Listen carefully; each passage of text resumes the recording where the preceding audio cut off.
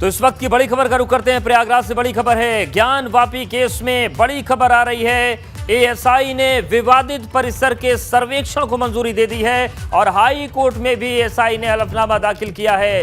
ये बहुत बड़ी खबर है। ज्ञान वापी केस को लेकर हलफनामा दाखिल करके एएसआई ने कहा है कि सर्वेक्षण के लिए एक्सपर्ट मौजूद हैं, सर्वेक्षण के जरिए सच्चाई पता लगाने में सक्षम है। एएसआई ने कहा है उस विवादित परिसर का सर्वेक्षण नहीं किया गया है, लेकिन बड़ी खबर यह है कि एएसआई ने विवादित परिसर के सर्वेक्षण को मंजूरी दी है। हाईकोर्ट में भी एएसआई ने हलफनामा दाखिल किया है। एएसआई ने कहा कि सर्वेक्षण के लिए एक्सपर्ट मौजूद हैं और सर्वेक्षण के जरिए सच्चाई का पता लगाने में हम सक्षम हैं। उस विवादित परिसर का सर्वेक्षण नहीं किया गया, एएसआई ने हलफनामे में कहा गया है। और आर्कियोलॉजिकल सर्वे ऑफ इंडिया ने मुख्य रूप से दो बातें कही हैं। पहला ये कि इससे पहले एएसआई ने ज्ञान वापी के विवादित परिसर का कभी सर्वेक्षण नहीं किया है। एएसआई ने देश में अब तक जिन पुरातात्विक स्थलों का सर्वे किया उसकी सूची भी कोर्ट को सौंपी है। और दूसरी बात यह है कि एएसआई ने कहा है कि उनके पास सर्वेक्षण के लिए एक्सपर्ट मौजूद हैं। एएसआई की तरफ से कहा गया है कि अगर कोर्ट उसे सर्वेक्षण का आदेश देती है तो उसके लिए तैयार है। मोइन हमारे साथ जुड़ गए। मोइन, हलफनामा दाखिल कर दिया गया है, महत्वपूर्ण बातें हैं, लेकिन कोर्ट का रुख कब स्पष्ट होगा? क्या कुछ हुआ आज कोर्ट में? देखिए, आज की बात अगर हम करें तो आज जैसे ही सुनवाई शुरू हुई उसके बाद एएसआई के डायरेक्टर जनरल की तरफ से एएसजी यानी जो असिस्टेंट सॉलिसिटर जनरल है उन्होंने एफिडेविट किया एएसआई के डीजी का। और जो एफिडेविट फाइल किया गया उसमें मुख्य रूप से दो बातें कही गई हैं कि जो पूरा वाराणसी का विवादित परिसर है उसका सर्वे इससे पहले एएसआई ने कभी नहीं किया है। इसके अलावा एक और अहम बात ये कही गई कि अगर कोर्ट आदेश देता है, कोर्ट कहता है सर्वे करने के लिए, तो एएसआई इसके लिए पूरी तरीके से सक्षम है। उसके पास विशेषज्ञों की टीम है और जो इस विवाद को लेकर अलग अलग पक्ष अपना अपना दावा कर रहे हैं, तो एएसआई सर्वेक्षण के जरिए तथ्यों का पता लगा सकती है और उस पर अपनी जो राय है उस राय से कोर्ट को अवगत करा सकती है। तो हिंदू पक्ष जो एएसआई का हलफनामा दाखिल हुआ है उससे खासा उत्साहित नजर आ रहा है। उसका कहना है कि निचली अदालत ने पहले ही सर्वेक्षण का आदेश दे दिया था, अब एएसआई ने भी अपनी मंजूरी दे दी है। तो इससे ये साफ होता है कि जो विवादित परिसर का सर्वेक्षण कराए जाने के राह में रुकावटें पैदा की जा रही थी मुस्लिम पक्ष की तरफ से, वो जल्द ही दूर हो जाएंगे। एक और हम जानकारी आपको दे दें कि आज जब हिंदू पक्ष की तरफ से बहस की जा रही थी तो कोर्ट को ये जानकारी दी गई कि सुप्रीम कोर्ट के सीनियर वकील सीएस वैद्यनाथन अब हिंदू पक्ष का केस लड़ेंगे। और सीएस वैद्यनाथन ही अयोध्या विवाद मामले में रामलला का केस लड़ रहे थे और उन्होंने हिंदू पक्ष को जीत दिलाई थी। तो 11 नवंबर को जब इस मामले में अगली सुनवाई होगी तो सीएस वैद्यनाथन हिंदू पक्ष की तरफ से बहस करेंगे, हिंदू पक्ष की दलीलों को। बिल्कुल मोइन, लेकिन एक चीज और समझना चाहेंगे आपसे, क्योंकि आप लगातार ज्ञान वापी का जो मसला जिला अदालत में चल रहा है या जो सिविल न्यायालय में चल रहा था उसको भी आपने उस सुनवाइयों को करीब से देखा, कवर किया। जो वहां पर अभी बीते दिन एक सुनवाई हुई थी उसमें कहा गया था कि किसी सर्वेक्षण की इजाजत इसलिए हम नहीं दे सकते, जिला कोर्ट ने कहा, क्योंकि जो वहां पर तथाकथित रूप से फव्वारा है या शिवलिंग है या जो तमाम चीजें हैं उनको नुकसान पहुंच सकता है, जबकि उनके संरक्षण का आदेश दिया गया है। तो वो आदेश और आज की जो पूरी प्रक्रिया है इन सब के बीच से क्या राहें निकल सकती हैं? कानून के जानकार क्या कह रहे हैं? देखिए अवधेश, हम आपको बता दें कि वाराणसी की सिविल कोर्ट में ये मामला चल रहा था और पिछले साल अप्रैल महीने में ही वाराणसी की अदालत ने एएसआई से सर्वेक्षण कराए जाने का आदेश दिया था। तो वाराणसी कोर्ट से जो आदेश आया था उसके खिलाफ दो मुस्लिम पक्ष, जो मस्जिद की इंतजामिया कमेटी है और यूपी सुन्नी सेंट्रल वक्फ बोर्ड, इन दोनों ने इलाहाबाद हाईकोर्ट में याचिका दाखिल की थी। निचली अदालत को उस फैसले को चुनौती दी थी और कोर्ट जो है लगातार उस आदेश को स्टे किया हुआ है। कोर्ट का कहना है कि जब तक हम इस केस को डिसाइड नहीं कर देते हैं तब तक निचली अदालत का जो आदेश है उसके अमल होने पर रोक लगी रहेगी। तो निचली अदालत तो पहले ही मंजूरी दे चुका है और उसी मंजूरी के खिलाफ जो मुस्लिम पक्षकार हैं वो इलाहाबाद हाईकोर्ट में आए थे और ये कहा गया था मुस्लिम पक्ष की तरफ से अलग अलग तरीके से दलील दी जा रही थी। 1991 का जो प्लेसेस ऑफ वर्शिप एक्ट है उसका हवाला दिया जा रहा था और जो वक्फ एक्ट है उसका हवाला दिया जा रहा था। तो तमाम दलीलों के आधार पर मुस्लिम पक्ष ने अभी तक सर्वेक्षण का जो आदेश है उस पर रोक लगवा रखी है। लेकिन आज जिस तरीके से एएसआई ने अपनी मंजूरी दे दी है और कहा है कि हम पूरी तरह से सक्षम है और हम इस तथ्य का पता लगा देंगे कि वहां पर पहले क्या कुछ हुआ करता था, उससे तस्वीर साफ हो सकती है। बिल्कुल तस्वीर साफ हो सकती है। मोइन, हमारे साथ आप बने रहिए। हिंदू पक्ष के वकील ने क्या कहा है वो एक बार दर्शकों को सुना देते हैं। एफिडेविट आज यूनियन ऑफ इंडिया के तरफ से आर्कोलॉजिकल सर्वे ऑफ इंडिया के डायरेक्टर जनरल ने फाइल कर दिया और उसमें यह कहा कि जो प्रकरण यहाँ विवादित है, ज्ञानवापी परिक्षेत्र जिसमें यह विवादित स्थल भी शामिल है, इसका सर्वे करने के लिए आर्कोलॉजिकल दृष्टि से यह डिपार्टमेंट पूर्णतया सक्षम है और प्रवीणता भी हासिल है। और अगर माननीय न्यायालय के द्वारा अनुमति दी गई, हमको निर्देशित किया गया, तो हम ज्ञानवापी परिसर का और विश्वनाथ मंदिर का सर्वे करके माननीय न्यायालय में रिपोर्ट प्रस्तुत कर सकते हैं। तो देखिए, आपने सुना, ये हिंदू पक्ष के वकील हैं। और एक बार फिर से रुक करते हैं, हमारे सहयोगी मोइन लगातार बने हुए हैं। मोइन, जिस तरीके से ये एएसआई की तरफ से हलफनामा दिया गया काफ़ी महत्वपूर्ण माना जा रहा है। अब सर्वेक्षण होगा या नहीं होगा, कोर्ट का रुख कब स्पष्ट हो जाएगा, अगली तारीख की क्या जानकारी है? देखिए, आज जो एएसआई की तरफ से हलफनामा दाखिल किया गया, और हलफनामा ही नहीं दाखिल किया गया, सैद्धांतिक तौर पे अपनी मंजूरी नहीं दी एएसआई ने, बल्कि एएसआई ने पूरे देश में जितनी जगहों पर उसने सर्वे किया है इस तरीके से पुरातात्विक जगहों का, उसकी एक पूरी लिस्ट भी स्टेट वाइज जो है वो कोर्ट में दाखिल की है कि हमने इस स्टेट में इतनी जगहों का सर्वे किया, इस स्टेट में इतनी जगहों का सर्वे किया, तो वो पूरी सूची भी हलफनामे के साथ दाखिल की गई है। तो जिस तरीके का हलफनामा कोर्ट में दाखिल किया गया है एएसआई की तरफ से, उसके बाद कोर्ट ने जो सभी पक्षकार हैं, सभी पक्षकारों को इस पूरी हलफनामे का अध्ययन करने को कहा है और कहा है कि उस पर उनकी जो भी लिखित राय हो वो एक हलफनामे के तौर पर वो 1 हफ्ते के अंदर कोर्ट में दाखिल कर दें। और सुनवाई के लिए 11 नवंबर की तारीख तय की है। 11 नवंबर को दोपहर 12 बजे से जस्टिस प्रकाश पाडिया की सिंगल बेंच में इस मामले में सुनवाई होगी। हिंदू पक्ष की तरफ से अब सुप्रीम कोर्ट के सीनियर वकील CS वैद्यनाथन पक्ष रखेंगे, जबकि मुस्लिम पक्ष के जो 2 पक्षकार हैं मुस्लिम पक्ष की तरफ से, चाहे वो यूपी सुन्नी सेंट्रल वक्फ बोर्ड हो, चाहे मस्जिद की इंतजामिया कमेटी हो, वो अपना ऑब्जेक्शन दाखिल कर सकती है। उसके बाद कोर्ट को ये तय करना होगा कि जो सभी पक्षकार अपनी दलीलें पेश कर रहे हैं और एएसआई ने जो मंजूरी दी है, जो बातें कही हैं, उस पर वो क्या निर्णय लेती है। वो निचली अदालत के फैसले को बरकरार रखती है, यानी सर्वेक्षण कराए जाने के आदेश को अपनी मुहर लगा देती है, या उस आदेश में किसी तरीका बिल्कुल इस पर निगाहें बनी रहेंगी। और 11 नवंबर की सुनवाई में क्या होता है ये भी निगाहें रहेंगी। धन्यवाद मोइन आपका जानकारी और अपडेट्स को देने के लिए। वहीं यूपी के पहले डेटा सेंटर का उद्घाटन हो गया है। ग्रेटर नोएडा में सीएम योगी ने लोकार्पण कर दिया है। अत्याधुनिक डेटा सेंटर का उद्घाटन हुआ। ग्रेटर नोएडा के नॉलेज पार्क 5 में डेटा सेंटर है। 2 साल में तैयार हुआ है डेटा सेंटर। और इस कार्यक्रम में सीएम योगी के अलावा केंद्रीय IT राज्य मंत्री राजीव चंद्रशेखर, यूपी सरकार में मंत्री योगेंद्र उपाध्याय मौजूद रहे, नंद गोपाल गुप्ता नंदी मौजूद रहे। यह डेटा सेंटर सिर्फ यूपी ही नहीं बल्कि उत्तर भारत का सबसे बड़ा डेटा सेंटर बताया जा रहा है।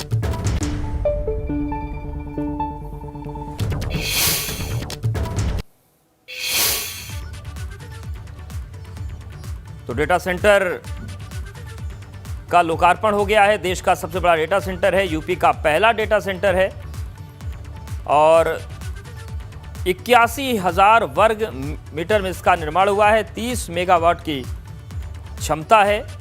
पहला टावर बनकर तैयार हो गया है। चरणबद्ध तरीके से काम इसका चल रहा है और 116 करोड़ रुपए की लागत से बनकर ये तैयार हुआ है। डेटा सेंटर में डेटा सुरक्षित रहेगा। जो तमाम कंपनियां हैं वो भी इसकी सर्विस लेंगी। और डेटा सेंटर में किसका किसका डेटा होगा ये भी हम आपको बता देते हैं। फेसबुक इसका इस्तेमाल करेगा, ट्विटर का डेटा होगा, इंस्टाग्राम, यूट्यूब का डेटा होगा, सोशल साइट्स के डेटा यहाँ पर होंगे और बैंकिंग व्यापार से जुड़ा डेटा भी यहाँ पर संरक्षित किया जाएगा, सेव किया जाएगा। और स्वास्थ्य सेवाओं से जुड़ा, यात्राओं से जुड़ा जो भी डेटा है वो सारा यहाँ पर इस सर्वर में मौजूद होगा।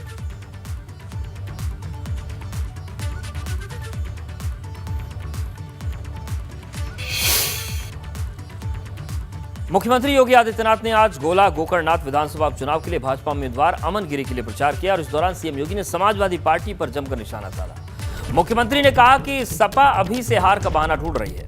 डबल इंजन की सरकार डबल काम कर रही है। अपराधी आज भीगी बिल्ली बने हैं। इस देश में भ्रष्टाचारियों की जगह जेल में है।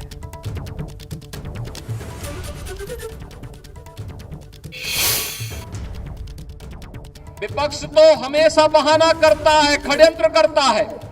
आपने देखा होगा चुनाव लखीमपुर खीरी में चल रहे हैं, गोला गोकर्णनाथ में चल रहे हैं। समाजवादी पार्टी ट्वीट पर अभी से अपनी हार के लिए बहाना ढूंढने लग गई है। अभी से ढूंढने लग गई है। अभी से कहना शुरू कर दिया उसने कि वहां पर अब पहले तो ईवीएम को दोषी ठहराते थे और अब कहने लग गए कि देखिए तो जबरदस्ती चुनाव जीता जा रहा है।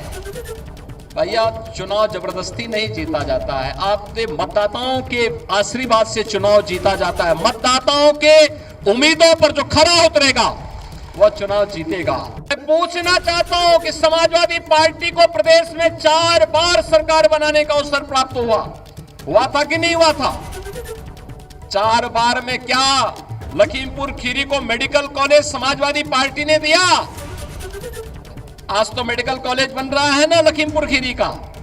भाइयों बहनों, लखीमपुर खीरी का अपना मेडिकल कॉलेज होगा और मेडिकल कॉलेज लखीमपुर खीरी का बनने का मतलब उपचार के लिए किसी को लखनऊ और दिल्ली मुंबई नहीं जाना पड़ेगा। भाइयों बहनों, मेडिकल कॉलेज यहां पर बनने के साथ ही मेडिकल की पढ़ाई करने वाले यहाँ के युवाओं को यहीं पर पढ़ाई की सुविधा प्राप्त होगी और उत्तम स्वास्थ्य के विशेषज्ञ स्वास्थ्य सेवाएं भी लखीमपुर जनपद में ही लखीमपुर जनपद वासियों को प्राप्त होगी। आपका असली हितैषी कौन है? भाइयों बहनों, इसकी कसौटी तो आप तब सामने देखने को मिलता है जब संकट आता है। इस सदी का सबसे बड़ा संकट था कोरोना महामारी। और कोरोना महामारी के दौरान आपने देखा होगा सपा गायब थी, अन्य दल भी गायब थे। डबल इंजन की सरकार कार्य कर रही थी और भारतीय जनता पार्टी का जनप्रतिनिधि और भारतीय जनता पार्टी का कार्यकर्ता जनता की सेवा के लिए लगा हुआ था। और उस समय फ्री में टेस्ट, फ्री में उपचार, फ्री में वैक्सीन और डबल इंजन की सरकार है तो डबल डोज राशन की भी हर गरीब को उपलब्ध करवाने का काम सरकार कर रही है। सीएम योगी की रैली में यूपी भाजपा अध्यक्ष भूपेंद्र चौधरी भी मौजूद थे। वीपी गंगा से बातचीत में उन्होंने सिर्फ गोला ही नहीं बल्कि रामपुर और मैनपुरी में भी कमल खिलाने का दावा किया। भाजपा के प्रदेश अध्यक्ष भूपेंद्र चौधरी जी इस समय लखीमपुर गोला में मौजूद हैं। लगातार यहां पर डेरा जमाए लोगों के बीच। आज मुख्यमंत्री जी के साथ भी मंच पर थे। अध्यक्ष जी, जिस तरह की भीड़ यहां पर देखी वो तो जबरदस्त थी। क्या लगता है इस बार जो परिणाम होंगे, जो अपील की गई और कहा गया कि पिछली बार से बड़ी जीत, वो हासिल होगा? निश्चित रूप से जनता का आशीर्वाद और इसने भारतीय जनता पार्टी को, भारतीय जनता पार्टी के प्रत्याशी को और पार्टी के नेतृत्व का जो काम है, हमारी सरकारों का जो काम है, उन कामों के प्रति जनता का विश्वास है। और उस विश्वास के आधार पर मैं निश्चित रूप से कह सकता हूं कि पिछली बार से ज़्यादा मतों से भाजपा जीतेगी। इस क्षेत्र का इसने भाजपा को मिलता रहा है और आगे भी मिलेगा। अमन गिरी के रूप में हमारा युवा प्रत्याशी इस क्षेत्र की अपेक्षाओं को पूरा करने में निश्चित रूप से सफल होगा। डबल इंजन की सरकार है और डबल इंजन की सरकार योगी जी की, मोदी जी की सरकार क्षेत्र की, प्रदेश की, देश की अपेक्षाओं को पूरा कर रही है। उसे लेकर हम सब लोग आगे बढ़े हैं। आप देखे होंगे कितनी बड़ी संख्या में विशाल जनसमूह आज यहाँ उपस्थित हुआ है और वो कहीं ना कहीं ये संदेश दे रहे हैं लोग कि निश्चित रूप से जितना भी जो भी परिणाम आएंगे उन परिणामों में अधिक से अधिक संख्या में हम लोग वोटों से जीतेंगे। अध्यक्ष जी, मुख्यमंत्री जी यहाँ पर आए, आप खुद यहाँ पर आए, लेकिन अगर बात करें समाजवादी पार्टी की, उनके अध्यक्ष और नेता तो हैं, लेकिन अखिलेश यादव यहाँ भी नजर नहीं आ रहे। आजमगढ़, रामपुर में भी यही सवाल उठते रहते, क्यों ऐसा, क्यों इतने परिणाम के बाद भी उनकी इस तरह से शिथिलता दिखी? निश्चित रूप से देखो, ये चुनाव ही नहीं, चुनावों से पहले भी जितने भी देश के सामने विपत्ति, कोरोना जैसी वैश्विक महामारी है, कहाँ थे अखिलेश यादव? इसके अलावा उनका जनता से संपर्क संवाद नहीं है। वो चुनाव के समय लोग दिखाई देते हैं और वो अपनी हार सुनिश्चित मान चुके हैं, इसलिए यहाँ आ नहीं रहे। उन्हें लगता ये है कि मैं जाकर जाऊँगा भी तो कोई परिणाम निकलना नहीं है। इस क्षेत्र की जनता मन बना चुकी है, जनता भाजपा के साथ है, अमनगिरी के साथ है, मोदी जी के साथ है, योगी जी। एक आखिरी सवाल, यहाँ की बात हो गई, आगे अब रामपुर पर भी निगाहें अब तो होंगी, वहाँ के लिए भी मंथन शुरू हो गया हो? निश्चित रूप से रामपुर के लिए भी, मैनपुरी के लिए भी। मैनपुरी में बाई इलेक्शन होगा, निकालेंगे दोनों सीटें मुश्किल। हाँ, निश्चित रूप से भारतीय जनता पार्टी के कार्यकर्ताओं का संपर्क संवाद, हमारी सक्रियता जनता से है। नेतृत्व के प्रति, मोदी जी के प्रति लोगों का विश्वास है। जनता का गठबंधन योगी और मोदी जी से और भाजपा से। यानी रामपुर मैनपुरी दोनों में कमल। निश्चित रूप से 100% हमारा संकल्प है पूरे प्रदेश को मोदी में करना है, योगी में करना है और कमल के फूल से। ये थे हमारे साथ में भाजपा प्रदेश अध्यक्ष भूपेंद्र सिंह चौधरी जी, जिन्होंने साफ शब्दों में कहा कि जिस तरह से लहर चल रही है, जिस तरह से जनता का समर्थन मिल रहा है, उन्होंने कहा कि पहले इस गोला सीट का जो चुनाव होगा वो भी रिकॉर्ड मतों से जीतेंगे और उसके अलावा मैनपुरी और रामपुर की सीट को लेकर भी उन्होंने बड़ी बात कही कि उन्होंने कहा कि उन सीटों पर भी अब कमल खिलाया जाएगा और निश्चित रूप से जनता साथ भी देगी। कैमरा सहयोगी राजू के साथ शैलेश अरोरा, एबीपी गंगा, लखीमपुर गोला। ब्रेक के बाद आपका स्वागत है और बात करते हैं बस्ती की, जहां पर कचहरी के बीचों बीच सड़क पर दंगल देखने को मिला। यहां जिला सत्र न्यायालय गेट के बाहर काफी देर तक हंगामा हुआ। 2 महिलाओं ने एक बुजुर्ग की पिटाई कर दी और लोग सिर्फ तमाशा देखते रहे। वहीं अब इस पिटाई का वीडियो वायरल हो रहा है।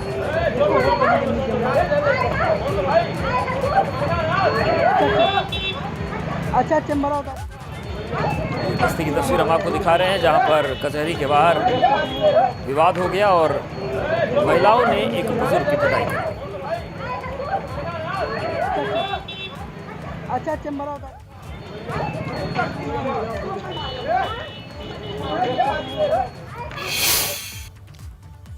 जालौन में टोल पर महिला कर्मियों की दबंगई दिखी है। महिला टोल कर्मचारी ने एक महिला की पिटाई कर दी।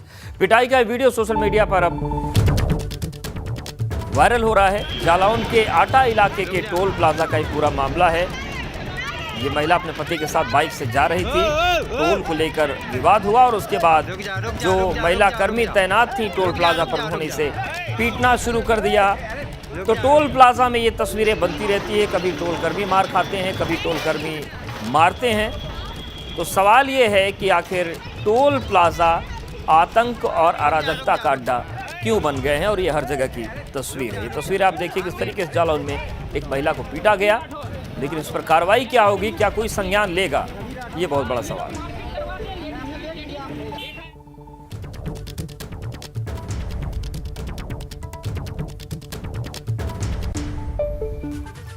बड़ी खबर उन्नाव से है, जहां पर बेखौफ दबंगों की गुंडई से सनसनी फैल गई। कार सवार दबंगों ने असलहे से बवाल काट दिया। जमीन कब्जाने के इरादे से दबंग आए थे। खेत मालिक के विरोध करने पर उन्होंने हंगामा कर दिया। पुलिस की मौजूदगी में भी हंगामा ये चलता रहा। उन्नाव के मंगतखेड़ा गांव का पूरा मामला है। आप देखिए किस तरीके से हथियारबंद लोग आए, हंगामा करते रहे। जमीन पर कब्जे को लेकर ये पूरा विवाद था। कार सवार दबंग पहुंचे, असलहे से उन्होंने बवाल काट दिया। जमीन कब्जाने के इरादे से आए थे। खेत मालिक के विरोध के बाद हंगामा हुआ। पुलिस मौके पर पहुंची, लेकिन उसके बावजूद ये दबंगई चलती रही। राइफल लेके आए पुलिस सामने। हाँ, ट्रैक्टर लाओ चलो।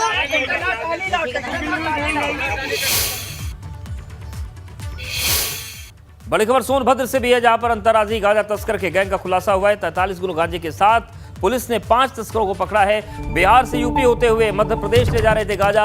महिला तस्कर को पुलिस चेकिंग से बचने के लिए सामने कर दिया जाता है। महिला तस्कर को परिवार बताकर ये बच जाते थे। इंडिका कार में रखकर गांजा ले जाया जा रहा था। पन्नूगंज और रायपुर थाना पुलिस ने गांजा तस्करों को पकड़ा है। तो सोनभद्र में अंतर्राज्यीय गांजा तस्करों के गैंग का खुलासा हुआ है। बड़ी खबर मथुरा से भी है। मथुरा में भी पुलिस कहते गांजा तस्कर चढ़े। बुढ़ाना गांव में पुलिस ने तस्कर को पकड़ा। मुखबिर की सूचना पर पुलिस ने तस्करी कर रहे लोगों को पकड़ा है। पुलिस ने 7 बोरी गांजा पकड़ा है। ओडिशा से गांजा मंगवा कर ये सप्लाई करते थे। गिरफ्तार किए गए अभियुक्त के 2 साथी मौके से भागने में सफल रहे, जिनकी पुलिस तलाश कर रही है।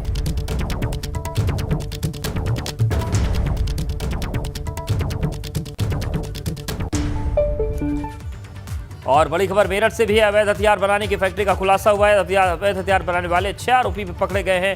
मौके से 4 पिस्टल, 8 तमंचे, 8 मैगजीन बरामद हुई है। डिमांड पर अवैध हथियार सप्लाई करते थे आरोपी। मेरठ के इस्लामाबाद इलाके में चल रही थी फैक्ट्री। एसओजी और सर्विलांस टीम ने 6 आरोपी पकड़े हैं। 32 बोर की 4 पिस्टल, 8 तमंचे और 8 मैगजीन भी बरामद हुए हैं। 25 अवैध असलहों का सामान भी बरामद हुआ है। ऑन डिमांड सप्लाई कर रहे थे अवैध हथियार। 3000 रुपए में बेच रहे तमंचा। देहात के इलाके में बड़े पैमाने पर सप्लाई किए गए अवैध हथियार। 5 आरोपियों की तलाश में दबिश जारी है।